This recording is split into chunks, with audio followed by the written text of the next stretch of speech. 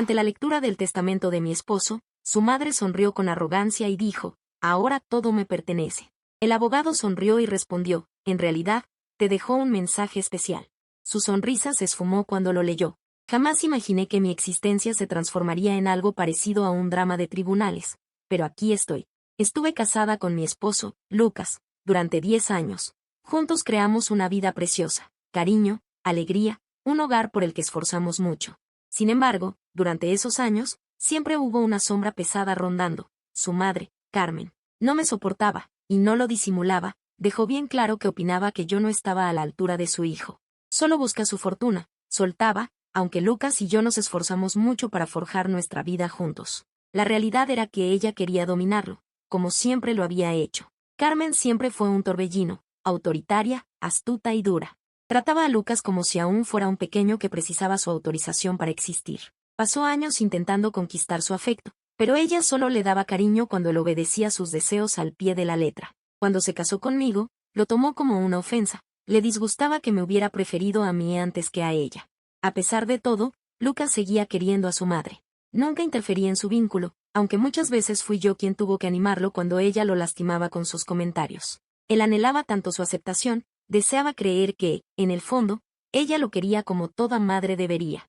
Luego, hace 6 meses, Lucas murió. No fue algo inesperado, llevaba tiempo peleando contra una enfermedad larga. Tuvimos momentos para prepararnos, para conversar sobre todo, y una de las cosas que él se aseguró de arreglar fue su testamento.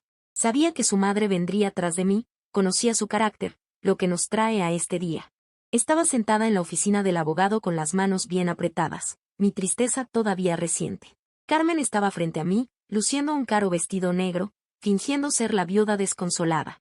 Casi no me había dirigido la palabra desde la muerte de Lucas, salvo para mofarse de mí en el entierro, diciendo que pronto estaría en la calle, donde debía estar. Ella estaba convencida de eso. Se encontraba ahí, sonriendo con prepotencia, esperando que el abogado ratificara lo que ella creía. Ya se veía heredándolo todo. El abogado carraspeó y empezó a leer el testamento de Lucas. A mi querida esposa le dejo nuestra vivienda, nuestros ahorros y todas mis pertenencias.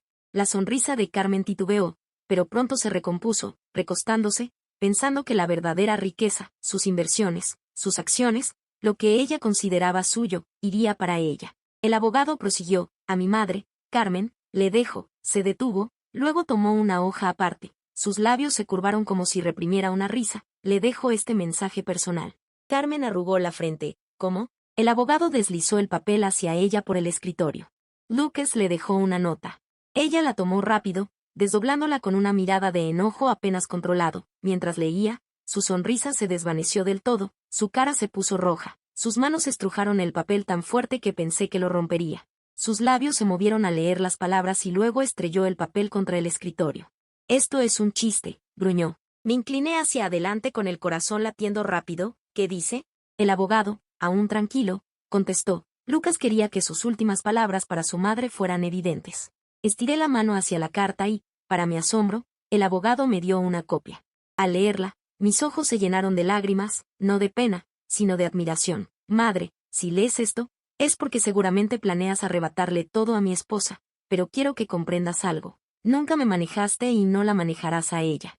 Gastaste toda mi vida intentando dominarme, haciéndome sentir que nunca era suficiente, pero en mis últimos instantes hallé calma al saber que formé una vida con alguien que de verdad me quería, no por mi dinero, no por lo que podía ofrecerle, sino por mí. Tú nunca me diste ese cariño y por eso no te debo nada. Todo lo que poseo es para mi esposa, la mujer que estuvo conmigo cuando tú jamás lo estuviste. El cuarto quedó en silencio. Las manos de Carmen temblaban mientras apartaba la carta. Esto es ridículo, bufó. Él no pensaba esto. Estaba enfermo, no entendía lo que decía. El abogado suspiró, como si esperara esa reacción. Señora Torres, le garantizo que su hijo estaba lúcido cuando escribió esto y, según sus deseos, no le ha dejado nada. El rostro de Carmen se contorsionó de furia. Esto es tu culpa, rugió, apuntándome con un dedo tembloroso, lo pusiste en mi contra, lo alejaste de su propia madre. Al fin hablé, con voz serena, no, Carmen, tú sola lo lograste. Ella se levantó tan rápido que la silla casi cae. Esto no se acabó, dijo enfurecida, voy a pelear, te llevaré a juicio, esa casa debe ser mía, ese dinero debe ser mío. El abogado se recostó en su silla, imperturbable, puede intentar cuestionar el testamento, Pero le aviso que Lucas tomó medidas extra para que fuera sólido, estaría desperdiciando su tiempo y su dinero. Carmen lo miró fijo, luego a mí, podía ver la rabia en sus ojos, la sorpresa de haber perdido, de no tener control aquí. Se giró y salió airada de la oficina, dando un portazo. Me quedé sentada un buen rato, mirando el lugar que acababa de dejar, luego solté un respiro que no sabía que retenía. Lucas se había enfrentado a ella al final, incluso tras morir, me había cuidado. Pero algo en mi interior me advertía que no sería la última vez que sabría de Carmen, y acerté, porque lo que vino después fue aún peor. Carmen salió furiosa de la oficina del abogado ese día, pero yo sabía en mi corazón que no había terminado conmigo. No era de las que aceptan perder, había pasado su vida entera consiguiendo lo que quería con amenazas, engaños y pura maldad, y ahora, caer ante mí, alguien a quien siempre vio como inferior, era algo que no podía tolerar. Apenas llegué a casa cuando el teléfono empezó a sonar, lo ignoré al principio, pero tras la cuarta o quinta vez, contesté. Carmen no se molestó con saludos. Piensas que ganaste, ¿verdad? Su voz temblaba, no de dolor, sino de ira. Me quedé callada. Ella soltó una risa seca. No sabes con quién te metiste. Esa casa, ese dinero, deberían ser míos. No eras nadie antes de casarte con mi hijo y pronto volverás a hacerlo. Tragué saliva, intentando mantener mi voz firme. Lucas tomó su decisión y tienes que aceptarlo.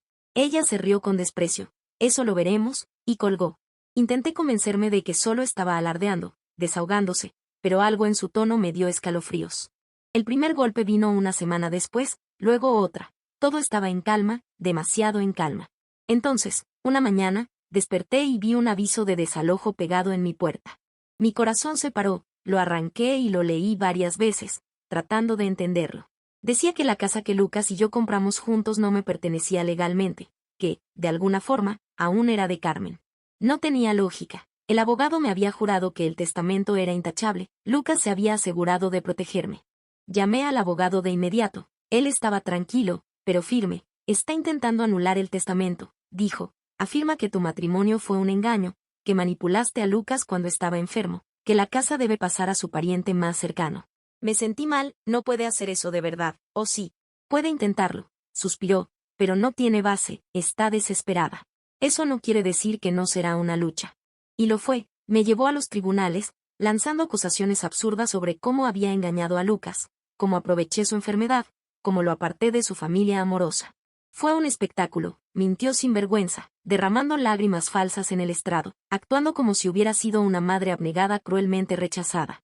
Me senté ahí con las manos cerradas, mis uñas marcando mis palmas tan fuerte que dejaron huellas. Quería gritar, ponerme de pie y contarles a todos la verdad, que ella nunca quiso a Lucas, que solo le interesaba manejarlo, poseerlo.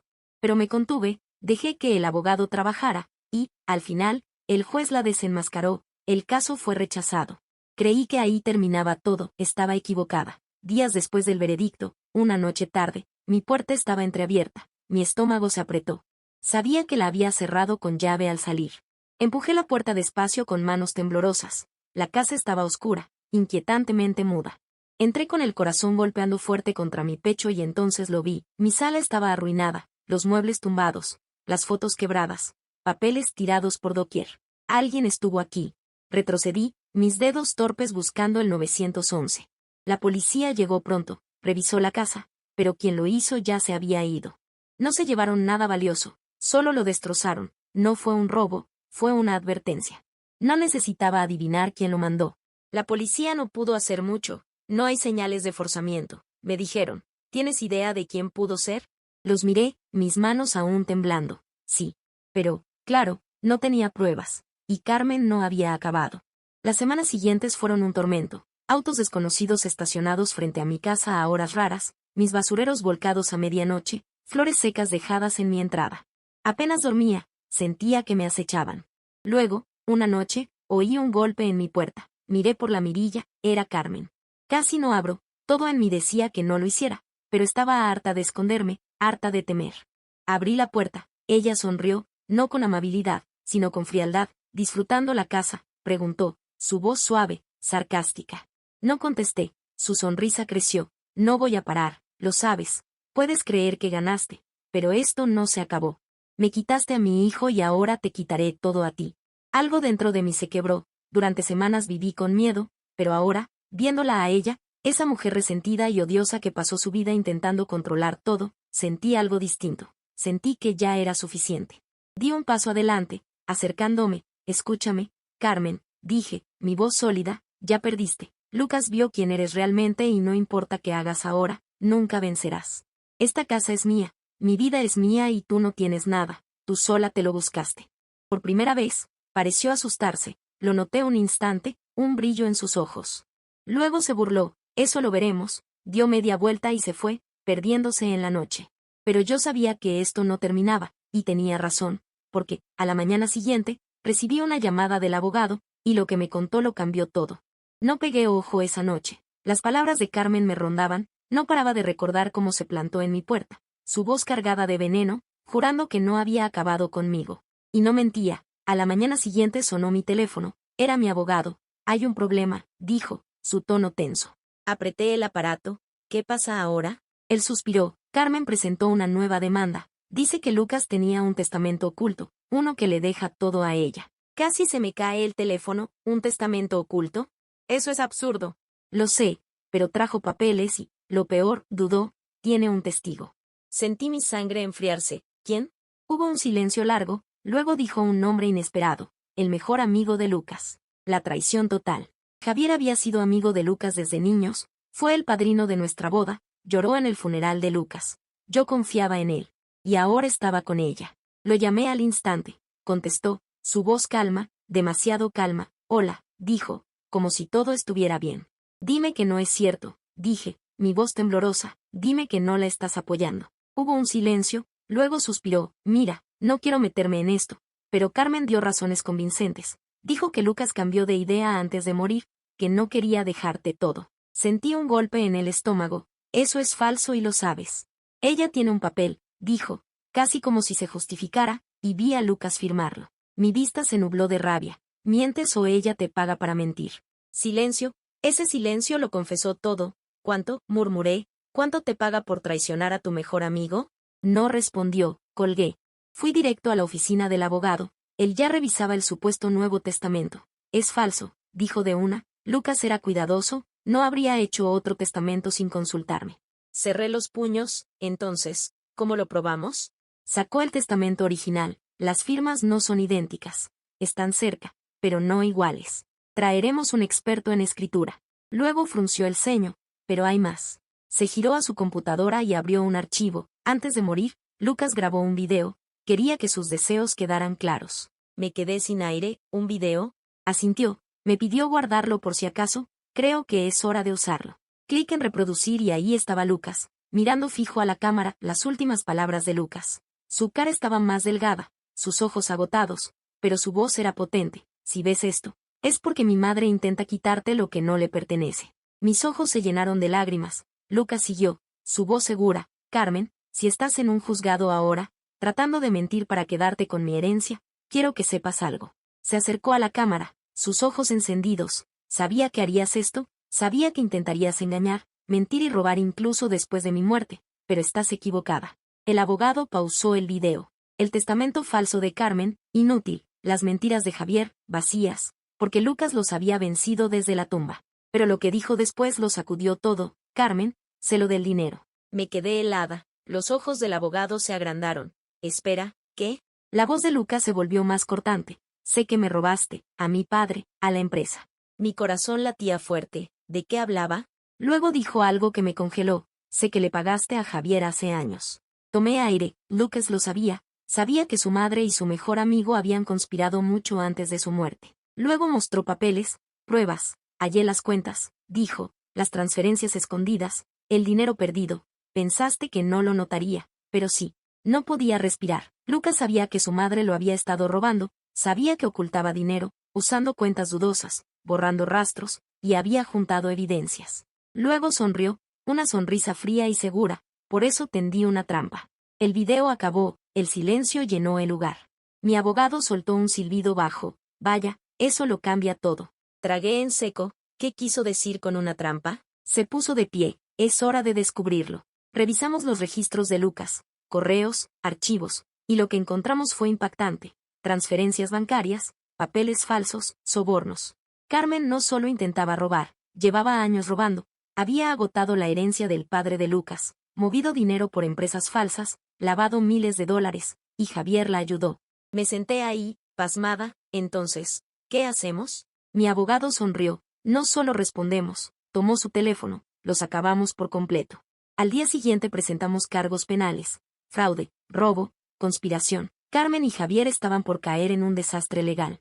Carmen apareció en mi casa una vez más. Su cara estaba pálida. Llama a tu abogado, dijo, su voz temblorosa. Arreglemos esto. Di un paso hacia ella, la miré a los ojos. No. Y, por primera vez en su vida miserable y tramposa, Carmen supo que había perdido el juicio. Carmen creía que tenía poder, creía que podía asustar, engañar y conspirar para salirse con la suya, como siempre, pero Lucas la anticipó, y ahora, incluso desde la tumba, él movía los hilos. Las pruebas que encontramos fueron demoledoras. Fraude bancario, lavado de dinero, fondos robados de la herencia, transferencias que la señalaban directamente. Javier no era solo un mentiroso traidor, estaba hundido hasta el cuello, ayudándola a tapar todo. Mi abogado actuó rápido, pasó todo a las autoridades, y luego vimos el derrumbe. La caída de Carmen empezó con el IRS congelando sus cuentas.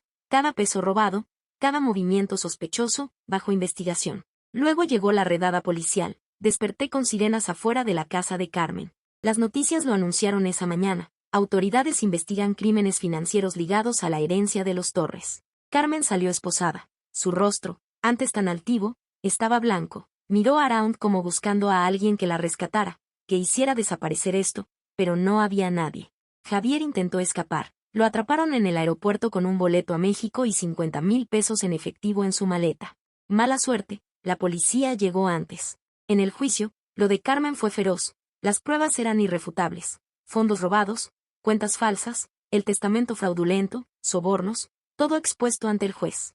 Y lo mejor, Lucas grabó un segundo video, para la corte, era más largo, más duro, y traía pruebas.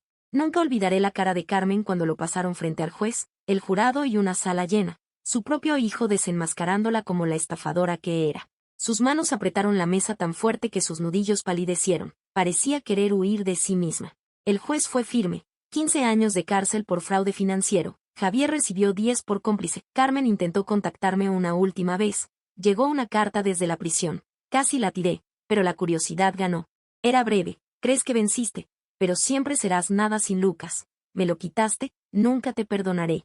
La miré un rato, luego hice algo que sabía la enloquecería. La devolví sin abrir.